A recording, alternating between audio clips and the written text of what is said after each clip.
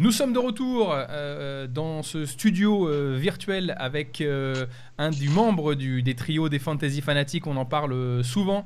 C'est Adri qui est avec nous. Salut. Salut Pierre, salut Samy, un plaisir d'être là Bon, avec vous à distance, mais on fait avec. on est quand même ensemble. Globalement, ça va. Tu gères quand même bien. Ah bah écoute oui, moi je remercie la NFL de rendre le Game Pass gratuit pendant cette intersaison. J'ai remercié aussi de mettre pas mal de contenu sur YouTube, surtout du contenu old school d'ailleurs qui est sympa, les NFL Timeline, les Football Life et des petites choses comme ça. Et puis là dernièrement j'ai binge-watché une mini-série docu qui s'appelle Titletown, Texas. Sur le parcours d'un lycée, en fait, d'une équipe de lycée au Texas, donc qui passe une saison absolument incroyable. C'est des petits épisodes de 10 minutes à peu près chacun, et puis ça tient une bonne soirée, une bonne après-midi, une bonne soirée, ça se regarde tout seul, je vous le conseille, pour les gens qui sont à l'aise avec l'anglais, ça se regarde pas mal du tout. Ouais, excellent. Moi, plutôt ESPN avec les 30 for 30 de mon côté. Alors, Ouais. bon, c'est pas gratuit, mais comme j'avais pris l'abonnement pour la XFL, du coup, je continue. Samy, tiens, pendant qu'on est là-dessus, toi, tu t'en profites, tu regardes des matchs classiques, NBA ou Bah, NFL ou des docus on est maintenant qu'on est reparti, j'ai eu enfin le temps de regarder la série d'Amazon All or Nothing sur la saison de mes Eagles. Alors bon, quand tu connais la fin et qu'elle est pas mirobolante, c'est pas génial, mais j'aime beaucoup ce qu'ils font Amazon avec leur production. Et j'ai entendu que Hard Knocks va couvrir deux équipes cette année. Je crois que c'est les Rams et les Chargers. Donc on va avoir des belles choses pour les prochains mois. Ouais, ce serait une première d'ailleurs. Ils ont fait l'annonce en disant que ce serait une première. Alors, on est là tous les trois pour ouvrir une page NFL, puisqu'on fera le lien avec le championnat 2020 de Fantasy League, dans lequel on ouvrira, j'espère, très prochainement. Adri, Eric et toute l'équipe sont en train d'y bosser. Où on attend Yes. 180 joueurs, c'est ça l'objectif cette année, hein, si je dis pas de bêtises. L'objectif c'est 180, on était à 120 la saison dernière, là on va ouvrir à plus de monde, tout en gardant tout ça un peu gérable de notre côté. Et 180 personnes, ça va être pas mal. Là, on réfléchit au format. Et on va lancer toutes les informations là-dessus. Là, dans les prochaines semaines, ça va sûrement être courant mai, peut-être le 11 mai d'ailleurs. On verra bien. Pour fêter le Pour le déconfinement, le voilà, potentiel pour fêter ça. déconfinement. Exactement. Samy, on te retrouve Fantasy. Je me rappelle une émission où tu avais pris le trophée en disant l'année prochaine il sera chez moi. Ah oui, j'avais pris ce trophée, donc j'espère qu'il est encore au chaud et prêt Ah, il y en a à d'autres. arriver là. Je sais pas si vous voyez, j'ai une petite étagère qui a une place. Il y en a d'autres. Celui de 2019, il est déjà distribué. Ah oui? Ok, Ouais. bon, moi, j'attends le prochain. Pour celui de 2020. Ok. Bon, du coup, calme pour l'instant aux États-Unis, NFL, donc calme avant la draft. Alors, plusieurs infos. On a déjà parlé beaucoup, Samy, dans tes vidéos ou avec Adri lors du dernier podcast audio, un petit peu des mouvements principaux sur la draft. Alors, moi, j'ai vu un truc, là, j'ai entendu parler d'un truc il n'y a pas très longtemps. C'est EA Sports qui aurait modélisé une draft virtuelle. Adri, tu m'as dit que tu avais des infos là-dessus. Alors écoute, c'était une rumeur il y a quelques temps, effectivement, qui parlait de EA Sports qui allait modéliser les top prospects pour mettre en scène un peu leur arrivée sur scène, la remise du maillot, de la casquette, etc. Ça a été démenti finalement par EA Sports dernièrement, car en fait, la NFL, par Roger Goodell, essaye de mettre en place un système qui fait en sorte qu'ils vont envoyer des kits de caméras et de mise en lumière à 58 top prospects pour la prochaine NFL, ce qui fait qu'ils vont avoir en fait le matos pour enregistrer de chez eux les réactions, les choses comme ça. Donc EA Sports, c'est pas vraiment démenti à 100%. Est-ce que ça va être une surprise de dernière minute? En tout cas, 58 top prospects vont avoir des caméras et de quoi se filmer proprement de chez eux pour les petites réactions qu'on aime tant pendant la draft. Bon, du coup, rendez-vous NFL Network pour voir tout ça, j'imagine. Ah ouais, du 23 au 25, hein. Le 23, donc c'est dans la nuit de jeudi à vendredi à 2h du mat. Le lendemain, c'est à partir d'1h du matin. Et le samedi, à partir de 18h, heure française, tout ça. Bon, en espérant que ça se trouve que le Game Pass reprenne pas un accès payant juste. Ah non, ah non, Moi, je suis comme ça. ça Moi, serait dur. j'annonce les trucs un peu bizarres. Moi, c'est voilà. Ouais, on kiffe, super. On va regarder la draft, c'est gratuit. Bah non, en fait, voilà. Et hop là, c'est de nouveau payant. Bon, la draft est à l'horizon. On sait que les Bengals seront le premier choix. Il me semble quasiment acquis que Joe Burrow devrait normalement partir en première position. Je vois Samy qui acquiesce très fortement cette affirmation. Ouais, à un moment, il vient de l'Ohio, faut aller le chercher. Hein, il faut passer à autre chose dans cette équipe.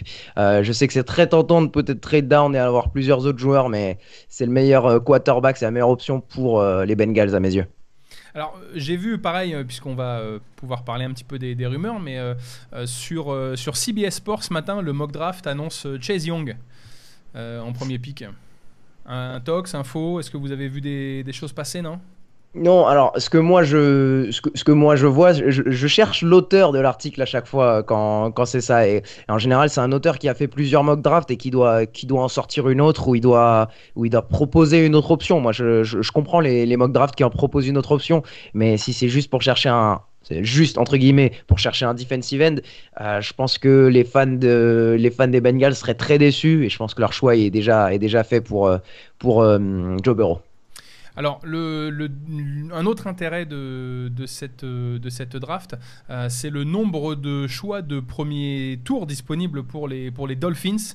Est-ce que vous pensez à un coup de Miami dans cette draft? Ah, ça serait possible, ça serait pas déconnant, mais après de là à ce qu'ils viennent shipper la première sélection aux Bengals, mais j'y crois pas trop. Effectivement, les Bengals, comme tu le disais, Samy, ils ont par exemple épuisé tout leur temps de chat virtuel avec Joe Burrow actuellement.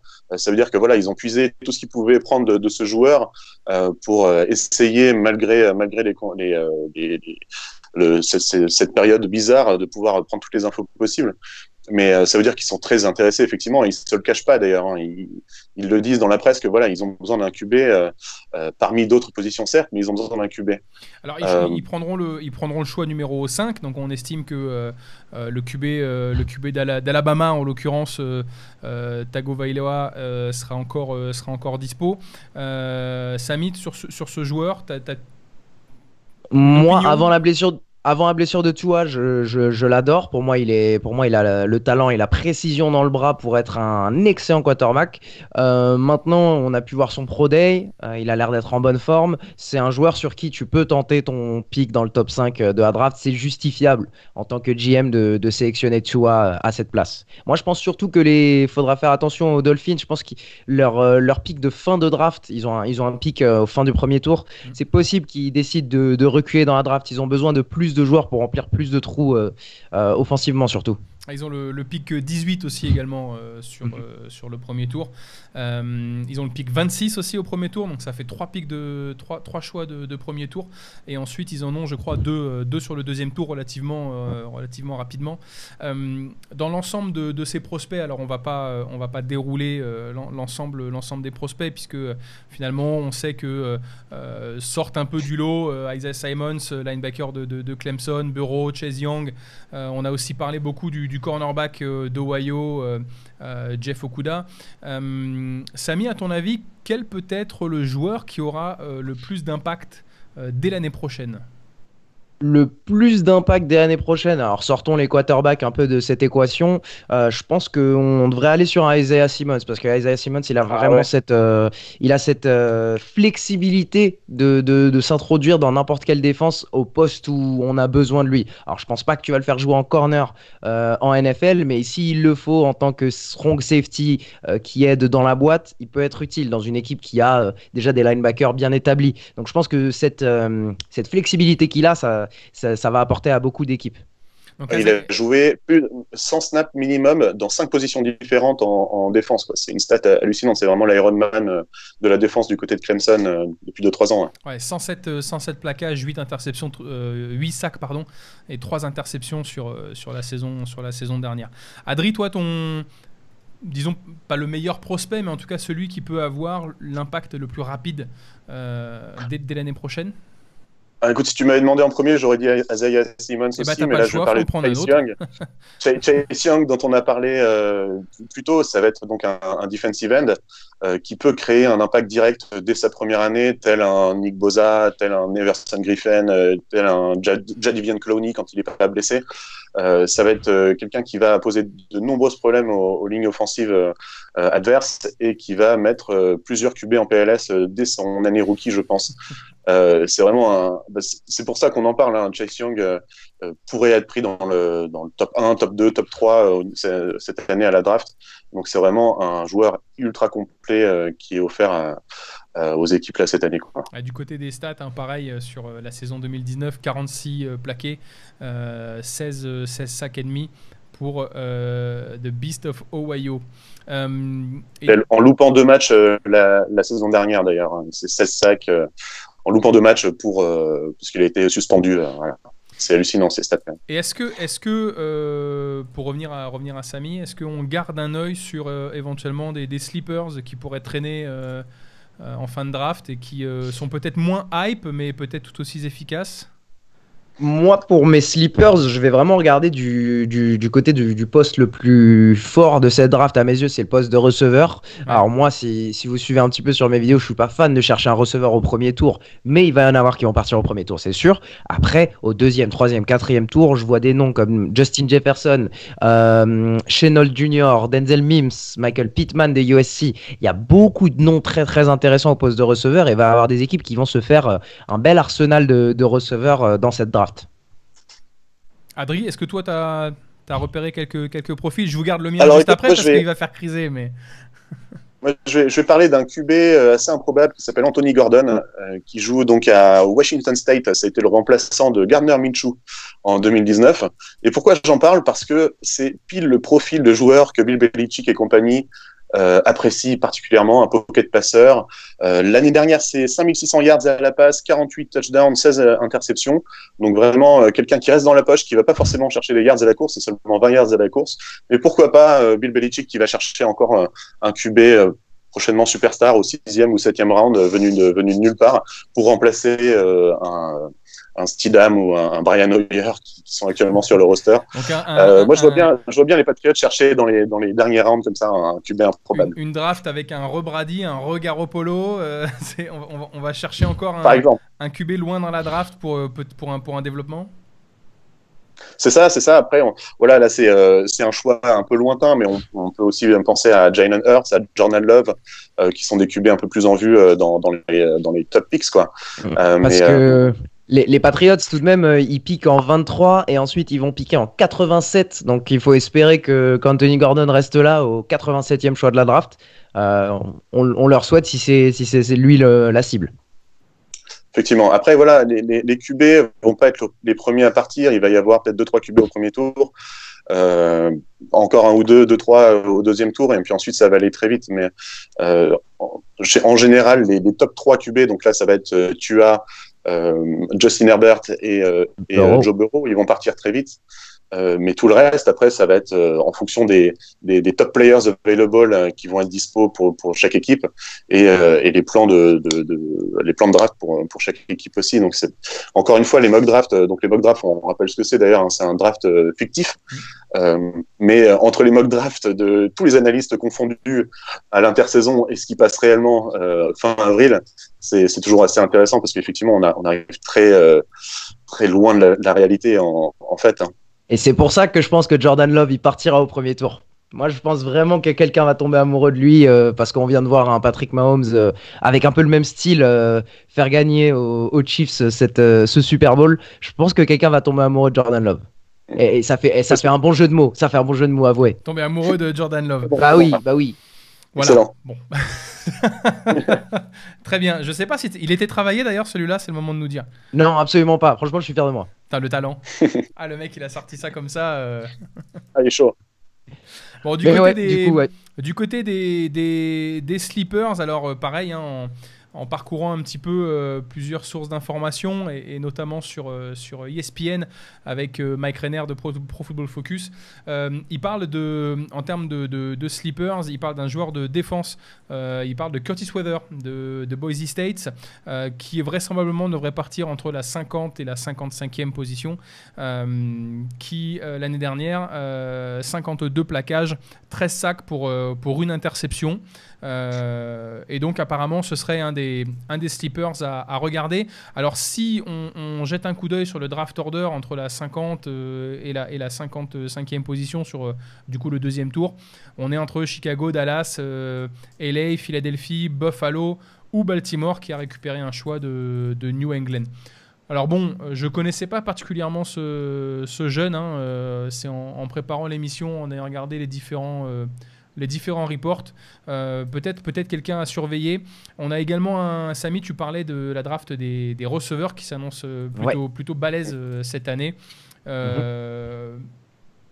À titre perso, je garderais bien aussi un œil sur DPJ, Donovan Jones de Michigan, sur un joueur de special team.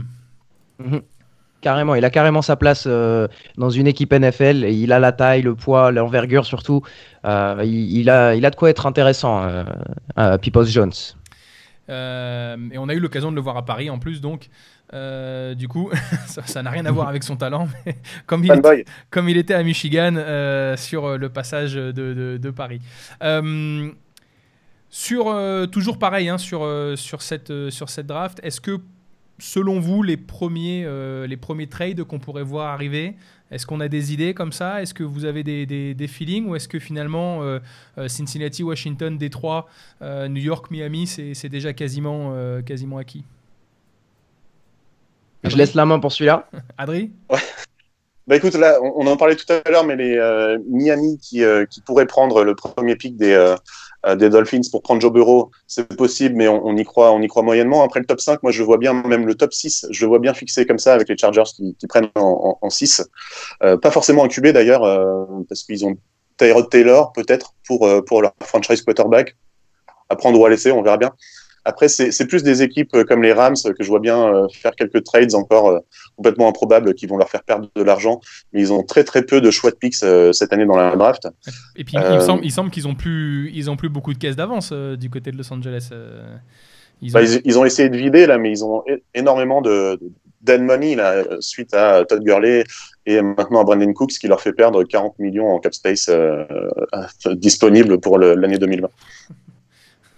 C'est relativement. Donc ça c'est, il y a une excellente d'ailleurs vidéo sur YouTube sur un peu le fait que les Rams se cassent la gueule niveau business durant ces 2 dernières années, qui est assez passionnante à voir, et la gestion très discutable des Rams là-dessus. Je vous enverrai le lien, c'est très intéressant.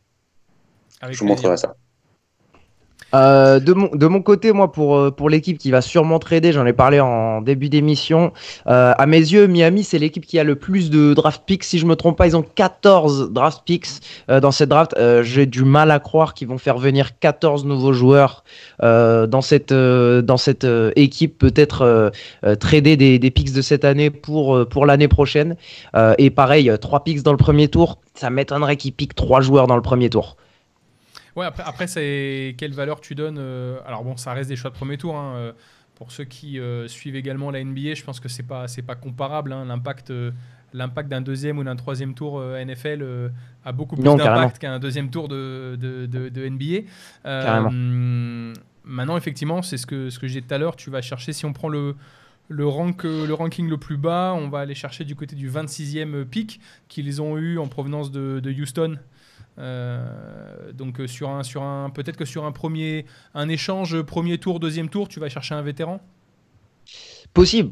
T'as besoin de vétérans, surtout dans ce roster de Miami, qui ont besoin de leaders. Ils ont besoin de véritables leaders. Donc possible que tu ailles chercher des vétérans. Et ils ont du cash à brûler aussi à Miami. Donc ils peuvent prendre des, entre guillemets, mauvais contrats d'autres équipes pour avoir des vétérans pour les prochaines années.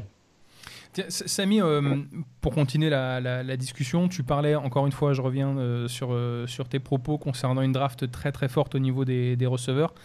Et pourtant, sur une majorité de mock draft, On a le premier receveur qui va sortir entre la 9e et la 11e place. Mais ça, ça dépend de la valeur qu'un receveur apporte à ton équipe.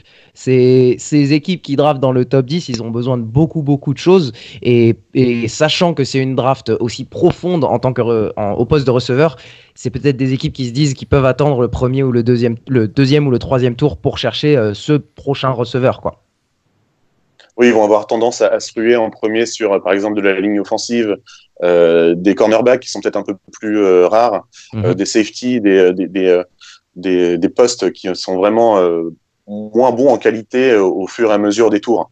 Alors que le receveur, tu sais qu'au deuxième et au troisième tour, tu vas pouvoir avoir une valeur top, encore une fois, sans vraiment forcer. Tu vas avoir quelqu'un de très performant en première année directement, potentiellement, quoi. Par rapport à d'autres postes qui sont hyper importants pour faire tourner l'équipe, où tu as beaucoup moins de valeur pour cette draft-là. Avec les mouvements de l'intersaison qu'on a tous suivis, alors forcément, pour l'instant, c'est le calme plat. D'ailleurs, on a toujours Cam Newton de dispo sur le marché.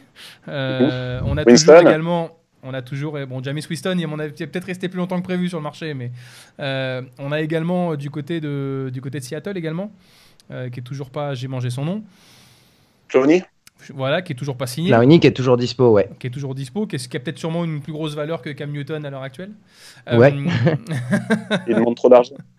Est-ce qu'il y a une équipe qui pourrait définitivement, entre guillemets, gagner ou perdre sa off-season avec les mouvements déjà effectués? En l'occurrence, je pense par exemple à New York qui va définitivement donner les clés de l'attaque du côté de Barclay. On sait que Cincinnati a fait une off-season qui est pas mal finalement, avec potentiellement l'arrivée d'un nouveau quarterback comme Joe Burrow. Est-ce que justement finalement la meilleure intersaison en prévision de cette draft, ce serait pas... Alors, ils ont le premier choix, c'est facile, mais est-ce que les mouvements faits en amont par Cincinnati ne sont pas les plus smart de cette off-season pour le moment? On sait que d'ailleurs, AC Green est toujours en attente d'une situation. Il a été tagué, je crois, de mémoire. Ouais, il a été franchise tagué pour AJ Green. Donc, est-ce que finalement, c'est pas le bon move de l'intersaison, ça? Tu récupères Burrow au pick 1, tu tagues AJ Green, tu fais venir quelques vétérans dans le staff pour aller chercher potentiellement les playoffs du côté de Cincinnati. Les playoffs, ça va être dur parce qu'ils ont des très belles défenses dans la même division. Maintenant, c'est sûr que c'est une équipe qui s'améliore tranquillement. Maintenant, Cincinnati, ça reste une équipe qui va être dans le top 10 de la draft à mes yeux. Ils ont recruté un Trey Waynes qui était un ancien first round pick. Je suis pas convaincu de lui. S'il est allé à Cincinnati, c'est clairement qu'il a quelque chose à prouver. Donc, défensivement, ils seront meilleurs, mais je doute encore du futur de cette équipe, surtout dans cette division qui est très dure. Ouais, après il y a toujours, si je dis pas de bêtises, pareil, il y a toujours quand même un gros besoin du côté de la O-line, ouais. QB O-line, puis de l'autre côté linebacker D-line, forcément. Donc, alors après, si Joe Burrow il fait la même saison que Kyler Murray du côté d'Arizona, c'est pas mal pour une première année déjà. On sait que c'est déjà très bien. La O-line du côté de... Des Bengals et des Cardinals, oui, ça se vaut. Ouais. C'était un peu pareil, ouais. Ouais, exactement. Non, mais après, ils ont les joueurs clés à différentes positions déjà. Tu as un Joe Mixon, ça veut dire que ton backfield, il est assuré. Tu as un AJ Green, s'il veut bien jouer et s'il n'est pas blessé cette année, tu as un top 1 receveur d'assuré. Joe Burrow, s'il arrive à faire sa transition, il peut être très très bon au prochain niveau. On t'en a parlé, Trey Waynes et Mackenzie Alexander aussi, qu'ils ont récupéré deux anciens cornerbacks des Vikings maintenant pour le troisième rideau défensif. Voilà, après des questions, est-ce qu'ils arrivent à choper des hommes de ligne offensive solides, un ou deux linebackers aussi solides? Est-ce qu'ils arrivent à reconstruire avec tout ça? Mais les clés, en fait, les joueurs clés sont déjà plus ou moins là. Il leur reste peu de cases à remplir, je trouve. Et ils ont peu de draft picks aussi pour ça, donc je pense que ça va pas beaucoup bouger côté Cincinnati à partir de maintenant. Ok, bon. Écoutez, la draft est en prévision, on continuera de suivre les mouvements, bien entendu. Alors, avant de rentrer dans le Fantasy Crush, qui concerne plutôt la bande des Fanatics, d'ailleurs, ton écran derrière, t'avais un beau logo derrière, il s'est éteint ton écran d'ailleurs, du coup, on voit plus le logo. Voilà, on voit plus le logo. Voilà, on y retourne là. On espère. Ça y est, voilà. Hop. C'est bon. La rumeur de la nuit, Samy, je t'ai vu tweeter avec ça aujourd'hui.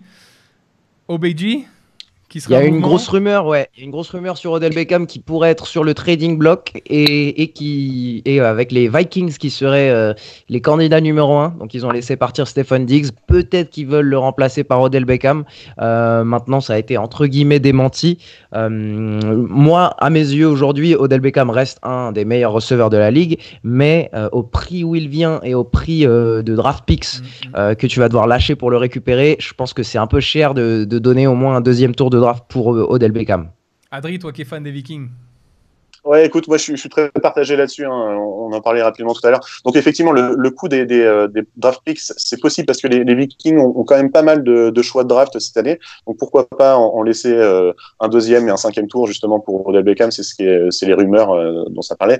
Après, Beckham, c'est un joueur qui vient avec ses casseroles. Par casserole, j'entends, voilà, il parle beaucoup en dehors du terrain, il peut beaucoup tweeter, beaucoup râler et créer un peu un sentiment étrange dans le vestiaire. Et c'est ce que les Vikings ont essayé de se débarrasser en sortant Diggs de l'équipe.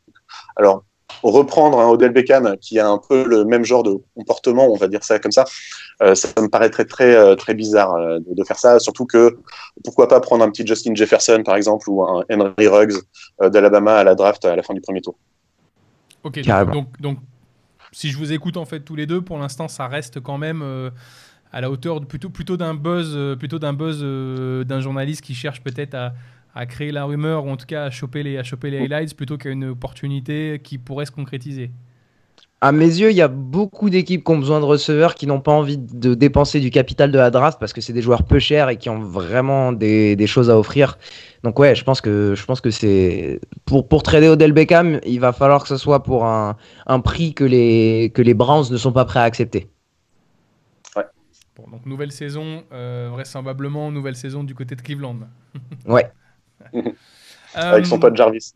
Avec son pote Jarvis, ouais. Enfin, il va falloir trouver quelqu'un pour le lancer la balle par contre, mais ça, décidément on pourrait faire une série d'ailleurs que sur les quarterbacks de Cleveland, hein. Sur les 10 dernières années, hein. Ça commence, enfin même plus que ça commence avec Tim Couch, même si bon, là on a quand même un joueur de talent, il est sûrement pas entouré comme il faut. Samy, je te vois pareil bouger. À mes yeux, Baker Mayfield, il aura une meilleure saison l'année prochaine. Je pense qu'il va avoir une meilleure saison l'année prochaine. Par contre, je ne sais pas si Baker Mayfield, c'est le joueur qui te porte vers une victoire en playoff quand tout va mal. Bon. Oui. Fantasy Crush, puisque ça va nous rassembler toute la saison autour du championnat de France de Fantasy League. J'aimerais qu'on puisse, pareil, donner des avis. Alors, c'est très subjectif. Faudra pas venir nous taper dessus parce qu'on va forcément se planter, c'est sûr. Mais les meilleures saisons à venir en fantasy, est-ce que moi, je me suis fait un top 10. Et moi, je commence avec Christian McCaffrey sur le top point de cette année. On n'est pas sur un sleeper là, Pierre. Ah non, j'ai changé de sujet, les gars. On est passé sur Fantasy Crush. On est passé sur les top players de la Fantasy League là. D'accord. On n'est plus sur un sleeper là. CMC évident, et d'ailleurs il vient de signer son nouveau contrat, donc 4 ans, 16 millions par an assurés. Ce qui veut dire une chose, c'est que ils veulent mettre CMC au centre de leur attaque, de leur plan de jeu, et c'est très très bon pour les propriétaires fantasy. Et bien entendu, il va partir en first pick dans 99% des drafts fantasy de cette année. Donc voilà, si vous avez le premier choix, certainement vous allez prendre CMC et certainement vous allez marquer 20 à 30 points en fonction de votre format standard ou PPR chaque semaine, et ça va vous aider à ramener une coupe à la maison et pourquoi pas le trophée du Challenge France. Samy, à ton avis, on reste pareil, objectif point dans la Fantasy League, un joueur qui va scorer cette année? Bah, moi, je peux voir un make or break du côté des Titans avec Derrick Henry qui sera sûrement top 5 draft picks, qui pourrait marquer énormément de points ou briser des cœurs parce qu'il est sur son franchise tag, il a perdu Jack Conklin, mais je pense que voilà, les Titans ont trouvé vraiment leur identité depuis que Ryan Tannehill a les clés en main. Je pense que c'est lui qui portera l'attaque, donc il va faire des matchs où il va vous offrir une petite vingtaine, 25 points. C'est incroyable d'ailleurs, hein, je fais une aparté, t'en parlais déjà l'année dernière sur une de tes vidéos, Samy, qui sera retrouvée sur ta chaîne, mais la situation contractuelle des running backs, je pense à Derrick Henry C'est pas propre, hein. ah oui, non, il vient de prendre un tag, Un franchise tag. en loose. Ils vont sûrement l'utiliser comme pas possible. Ils vont lui donner un maximum de ballons. Et moi, j'attends de la part des Titans de drafter un running back dans cette draft et possiblement le par-signer d'Eric Henry. Oh là, c'est quand même la situation des running backs, c'est quand même extrêmement curieux, hein. Finalement, McCaffrey alors, c'est pas comparable dans la Ça montre vraiment le talent de McCaffrey qu'il ait réussi à choper ce contrat après tous les échecs au poste de running back sur les gros contrats. Franchement, ça montre la valeur de McCaffrey aux yeux des Panthers. Ouais. Et puis alors, bon, j'allais dire, il vient de signer le contrat le plus prolifique au poste de running back de la ligue maintenant, avec l'augmentation l'augmentation annuelle du salary cap. Il y a toujours forcément des records à battre chaque année, donc c'est pas vraiment une donnée fixe, mais comme tu viens de le dire, la cash money de Christian McCaffrey, ça montre effectivement beaucoup de talent, et surtout du talent multi-skill en fait, parce que à l'image de Marshall Faulk, qui n'était pas forcément encore le même style de joueur, mais je vais chercher à la passe, je vais chercher au sol, bloqueur correct, très, très sympa. Et c'est pour ça qu'ils sont allés prendre Teddy Bridgewater d'ailleurs en QB, c'est parce qu'ils savent très bien que tout va passer par Christian McCaffrey. Ils n'ont pas besoin d'un QB qui va lancer des balles à 50 yards dans la profondeur à chaque fois. Ça va pas être leur plan de jeu, donc encore une fois, ça s'explique facilement, ce gros contrat pour CMC, quoi. Adri, toi, ton top pick fantasy, le joueur qui est dans les meilleures conditions pour faire tourner la cash machine? Alors écoute, il y en a des évidents, hein. On peut parler de Barkley, Saquon Barkley du côté des Giants, ou Zeke Elliott aussi du côté des Cowboys. Moi, je voulais parler des joueurs qui ont changé suite à la free agency. Alors je vais commencer par Kenyan Drake. Tiens. Kenyan Drake qui récupère le poste de running back numéro 1 à la place de David Johnson, hein, du coup chez les Cardinals. Et c'est très bon pour lui, malgré le fait que les Cardinals ont dit oui, on va quand même aller drafter un petit running back ou deux pendant la draft. Ça veut juste dire que voilà, on ne donne pas encore les clés du camion, mais on dit juste que tu vas avoir un peu de compétition pendant le training camp. Pour moi, Kenyan Drake devient un top 10 running back, ou top 15 en tout cas, assez facilement suite à ce transfert-là. Et il y en a d'autres dans le même cas. Je pense notamment à Austin Ekeler qui récupère un rôle de numéro 1 suite au départ de Melvin Gordon des Chargers, malgré la présence de Justin Jackson qui va garder un petit rôle intéressant dans l'attaque des Chargers. Et puis on a par exemple un troisième comme ça pour finir, ça peut être un Miles Sanders du côté des Eagles qui profite du départ de Jordan Howard à Miami. Et Miles Sanders, donc, qui arrive en deuxième année, moi, c'est un rookie qui me plaisait beaucoup l'année dernière. Il était sur mon bench, je l'ai fait jouer un petit peu en fin de saison quand il commençait à se faire les jambes et à prendre de plus en plus de place dans l'attaque des Eagles. Là, je le vois bien avoir un rôle sympa de numéro 1 et pareil, pourquoi pas finir dans le top 15 fantasy running back, en tout cas en 2020. Samy, ça donc, on a parlé au niveau de Philadelphie, tu es d'accord avec ça? Ouais, carrément. On voit que Miles Sanders, c'était la meilleure option offensive pour les Eagles sur la fin de saison, même au-dessus de Zach Ertz. Et j'ai vraiment l'impression que Carson Wentz a confiance en Miles Sanders. Et Carson Wentz, j'ai beau dire que c'est un excellent quarterback et qui distribue très bien le ballon, on voit qu'il a vraiment, quand il a une préférence pour un joueur comme Zach Ertz, il va lui donner des ballons. Et Miles Sanders, je pense qu'il va beaucoup le servir. Et alors, à l'inverse, est-ce que, pareil, en prévision fantasy, est-ce qu'on aurait quelques joueurs comme ça qui, de par leur placement, de par leur évolution de carrière, seraient une vraie déception en termes de points par rapport à la saison dernière, Adri? Écoute, ouais, moi j'en ai, je pense à quelques-uns. Ça peut être Christian Kirk, par exemple, qui était donc le receveur plutôt numéro 2 du côté des Cardinals. Là, il va se battre contre DeAndre Hopkins pour les snaps et pour des ballons surtout. Pas facile de se battre contre Hopkins quand il faut récupérer des ballons, je pense. Donc là, au niveau de ses cibles et de ses touchés de balle en fantasy, je pense que ça va dégringoler un petit peu.